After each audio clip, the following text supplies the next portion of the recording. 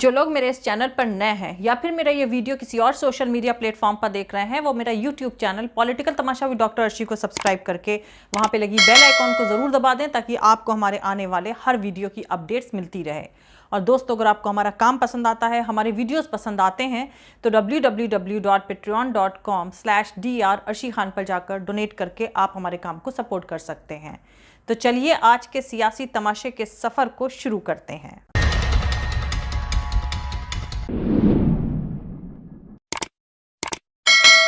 मेरे दोनों भाई हैं और ये मेरा भाई का लड़का है और एक मेरा भाई का लड़का और था। वो नमाज पढ़ रहे थे। 7:45 बजे ईसा की नमाज हो रही थी। तो ईसा की नमाज पढ़ते पढ़ते 8-10 आदमी अंदर आए मस्जिद के अंदर और जूते चप्पल लेकर लाइट ऑफ करके मारना शुरू कर दिया। जब हम नमाज पढ़ रहे थे तो बाहर से कुछ लोग आवाजें करते हुए आ रहे थे कि मस्जिद को जला दो, मस्जिद को जला दो, बाहर निकालो इन्हें, यहाँ कोई नमाज नहीं होगी, कोई मस्जिद नहीं है, बाहर निकलो, अल्लाह अकबर, हो गई तुम्हारी नमाज। और इनको नीचे गिराया गया। गिराने के बाद इनको मारा गया और उन पे कुर्सी भी मारी गई। राम नाम सत्य है, राम नाम सत्य है, राम नाम सत्य है, राम नाम सत्य है, राम नाम सत्य है, राम नाम सत्य है, राम नाम सत्य है, राम नाम सत्य है, राम नाम सत्य है, राम नाम सत्य है, राम नाम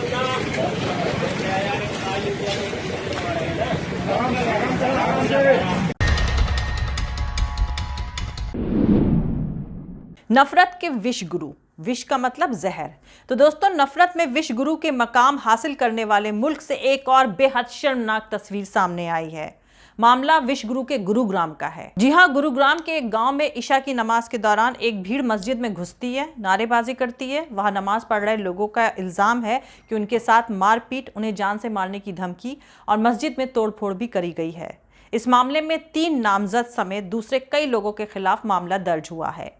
कुल मिलाकर कहा जाए तो हरियाणा के गुरुग्राम में एक बार फिर नमाज को लेकर घिनौना सियासी तमाशा सामने आया है। अंग्रेजी अखबार द हिंदू के मुताबिक हथियारों से लैस भीड़ मस्जिद में घुसी और हॉल में नमाज अदा कर रहे लोगों के साथ मारपीट करी। इसके साथ ही भीड़ ने उनके परिवार को गांव से बाहर निकालने की धमकी भी दी। इस मामले में भोरा कला गांव में रहने वाले सूबेदार नजर मोहम्मद ने FIR दर्ज कराई है। अब सबसे अहम बात यह है कि जिस गांव की ये वारदात यानी जिस गांव की ये घटना है, वहां मुसलमानों की सिर्फ 4 ही फैमिलीज रहती हैं। मतलब पूरे गांव में सिर्फ 4 ही घर मुसलमानों के हैं।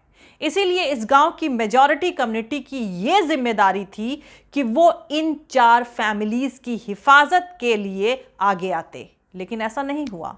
मौजूदा नए भारत के नेताओं ने हिंदू धर्म की एक्चुअल डेफिनेशन को ही बदल दिया है। खैर, आपको बता दूं कि इस जहरीले मसले की शुरुआत वेडनेसडे की सुबह से हुई थी, जब राजेश चौहान उर्फ बाबू, अनिल भदौरिया और संजय व्यास की अगवाई में तकरीबन 200 लोगों की भीड़ मस्जिद में घुसी और नमाजियों को धमकाया।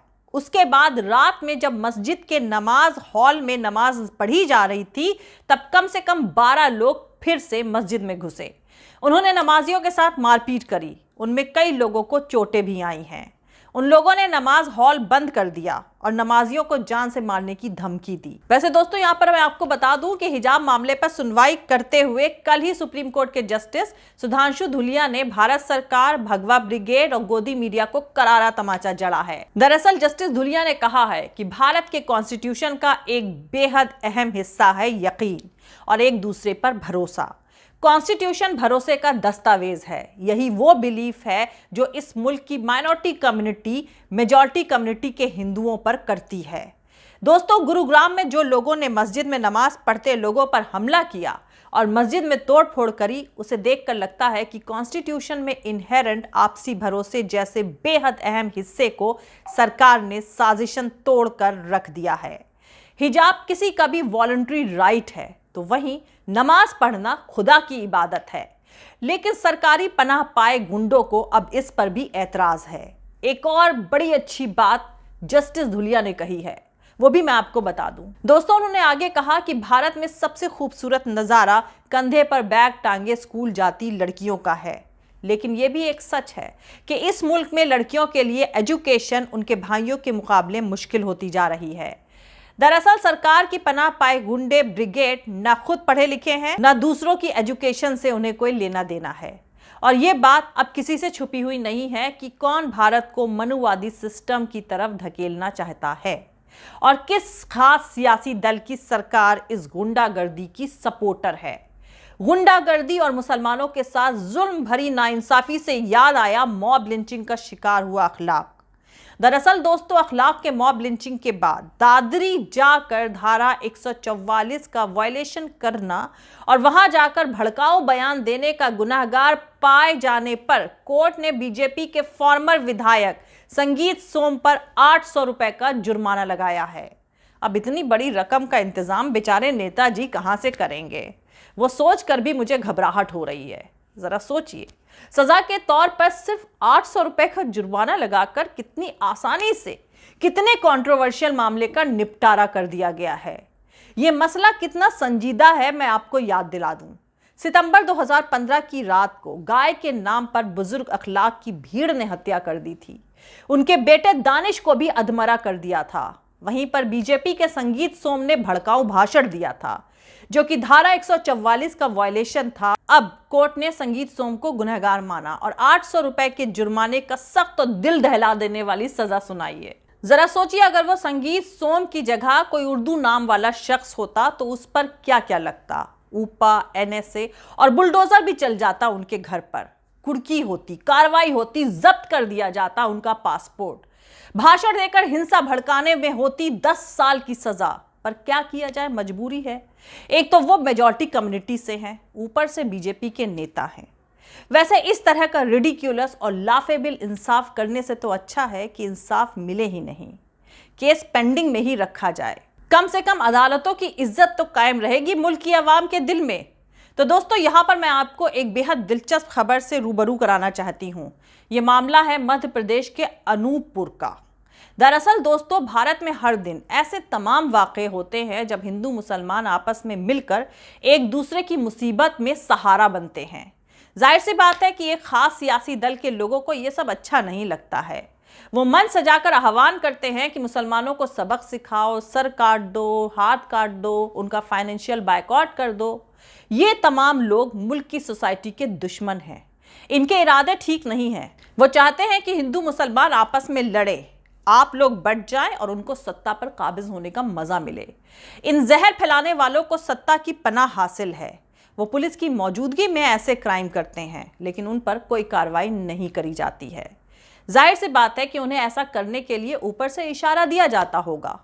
उनकी बातों में आकर आम आवाम अपने ही लोगों के लिए नफरत पालती है और अपना नुकसान करती है। तो आपको बता दूं कि जब विवेकानंद शिकागो में ऑल रिलीजन कॉन्फ्रेंस यानी सभी मजहबों की कॉन्फ्रेंस में हिस्सा लेने गए थे तो उन्होंने भाषण दिया था कि मैं उस जमीन से आया हूं जिसने दुनिया को टॉलरेंस और सभी मजहब में इक्वानिमिटी यानी समभाव का सबक पढ़ाया है। अब सवाल यह है कि मौजूदा न्यू इंडिया में ये लोग जो अपने ही मुल्क के लोगों को आपस में लड़ा रहे हैं वो विवेकानंद से बड़े हिंदू तो हैं नहीं और इनका मजहब से कोई लेना देना नहीं है।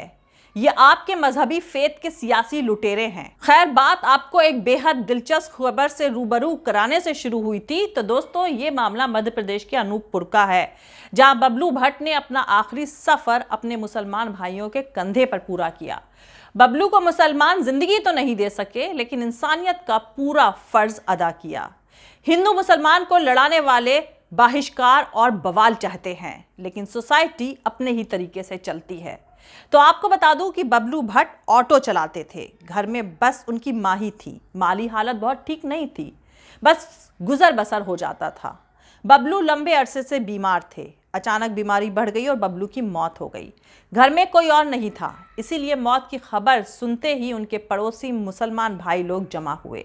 अंतिम संस्कार का सारा सामान मंगवाया और कंधा देकर राम नाम सत्य है के प्रोक्लेमेशन के साथ मुक्ति धाम ले गए और बाकायदा हिंदू रीति रिवाज से बबलू का फ्यूनरल यानी अंतिम संस्कार किया गया।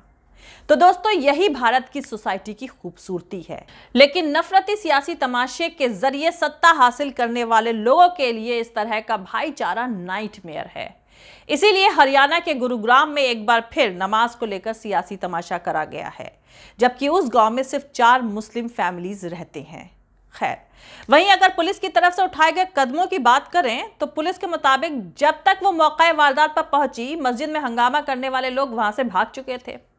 मानेसर के डिप्टी कमिश्नर मनबीर सिंह के मुताबिक मस्जिद से एक मोबाइल फोन बरामद हुआ है जो भीड़ में से ही किसी का है। उन्होंने बताया है कि इस मामले में रिलीजियस सेंटिमेंट्स भड़काने, दंगा भड़काने की कोशिश करना, धमकी और गैर कानूनी तौर पर जमा होना, इन सब मामलों में आईपीसी की अलग अलग धाराओं के तहत केस दर्ज कर लिया गया है। वहीं दूसरी तरफ मुस्लिम साइड के लोगों का कहना है कि थर्सडे देर शाम इस मामले में गांव के बुजुर्गों के दखल के बाद समझौता हो गया है और कहा जा रहा है कि समझौता बिना किसी तरह के दबाव में हुआ है। मुस्लिम साइड का कहना है कि उन्हें लंबे वक्त से परेशान किया जा रहा था, लेकिन अब जब उन पर हमला हुआ तो उन्होंने पुलिस में शिकायत करने का फैसला किया और अब जब गांव के बड़े बड़े बुजुर्गों ने माफी मांग ली है और आगे से ऐसा ना होने का वादा किया है तो मुस्लिम साइड ने इस मसले को आगे ना खींचने का फैसला किया है।